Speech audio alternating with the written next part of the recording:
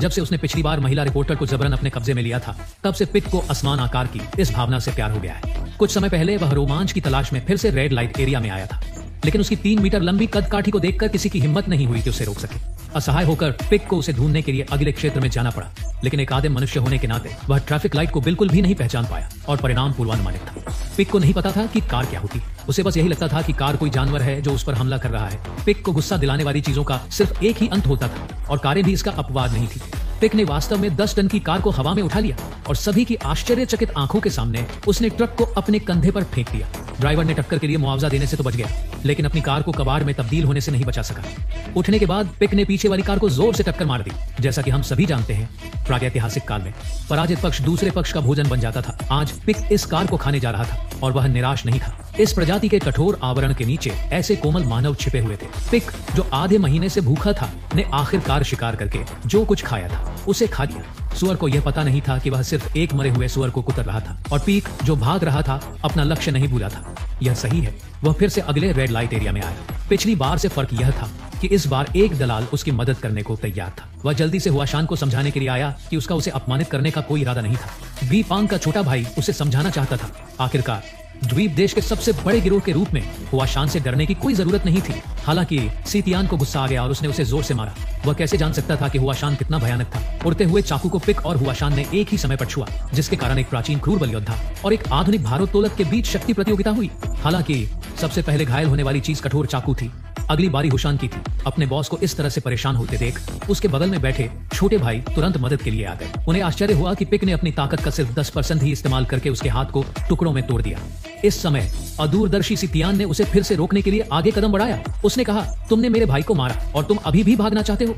तुम्हें आज चाहे जो भी कहना हो, तुम्हें कुछ $100 छोड़ने ही होंगे। पिक उसे बर्दाश्त नहीं कर सका और चेहरे पर एक थप्पड़ ने उसे जल्दी ही अपनी जान लेने पर मजबूर कर दिया। पता चला कि वह हुआशान के लिए समय खरीद रहा था। हुआशान इस समय पहले ही जाग चुका था। पिक पहले की तरह बाहर निकलना चाहता था, लेकिन इस बार उसे अभूतपूर्व कठिनाई महसूस हुई। मुझे उम्मीद नहीं थी कि छोटा हुआशान एक प्राचीन डायनासोर जितना शक्तिशाली होगा। तुम्हें पता है, 200 मिलियन साल पहले ट्राइसेराटॉप्स को उसने इसी तरह हराया था।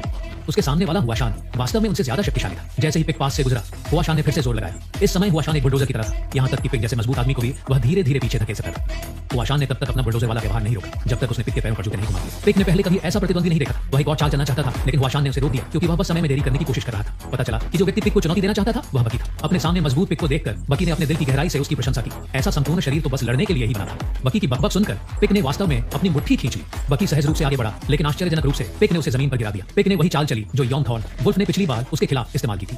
वह इतना क्रोधित था कि उसे उम्मीद नहीं थी कि उसने सिर्फ एक नजर देखकर ही यह सीख लिया है।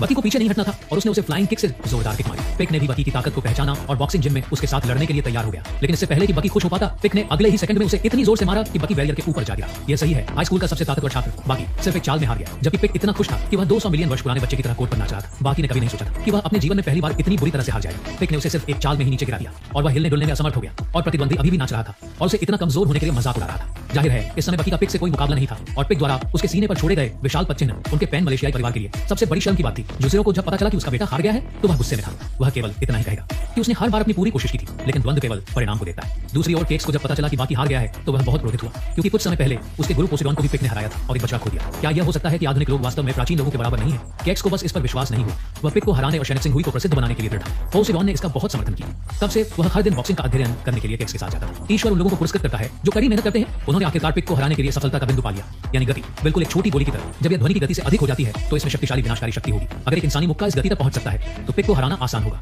हम रोजमर्रा की जिंदगी में जो चाबुक इस्तेमाल करते हैं, वे सुपरसोनिक गति तक पहुंच सकते हैं। नियमित मार्शल आर्ट में हर तेज आवाज एक सोनिक बूम है। बड़ी बहन के चाबुक घुमाते हुए नृत्य की क्लिप देखने के बाद और फिर समुद्र राजा द्वारा सभी प्राणियों को क्षमा करने के बाद यह पता चलता है कि चाबुक अंत में ध्वनि विस्फोट उत्पन्न कर सकता है, क्योंकि इसमें कई नोड होते हैं। यदि आप मानव शरीर के प्रत्येक जोड़ को एक गांठ के रूप में कल्पना करें, तो आप जितना जोर से मुक्का मारेंगे, वह सुपरसोनिक गति तक पहुंच जाएगा और मानव हाथ एक तेज ब्लेड की तरह हो जाएगा। जुओ जियानजे था, उनके पास सिद्धांत था, लेकिन दोनों को नहीं पता था कि कहां से शुरू करें। इस समय एक व्यक्ति अचानक सामने आया। वह चीनी मार्शल आर्ट का मास्टर गो हैवान था। हालांकि वह 156 साल का था, फिर भी उसमें आकर्षण था। उनके सम्मानजनक रवैये को देखते हुए गो हैवान ने उन्हें कुछ चीनी मार्शल आर्ट दिखाने का फैसला किया। दोनों गो हैवान की गति से बहुत प्रभावित हुए। गो हैवान के विचार में मानव शरीर में 78 से अधिक जोड़ होते हैं और सभी हड्डियों को बारीकी से जुड़े जोड़ों के रूप में कल्पना की जानी चाहिए, ताकि एक मुक्का का प्रभाव सुपरसोनिक गति तक पहुंच सके।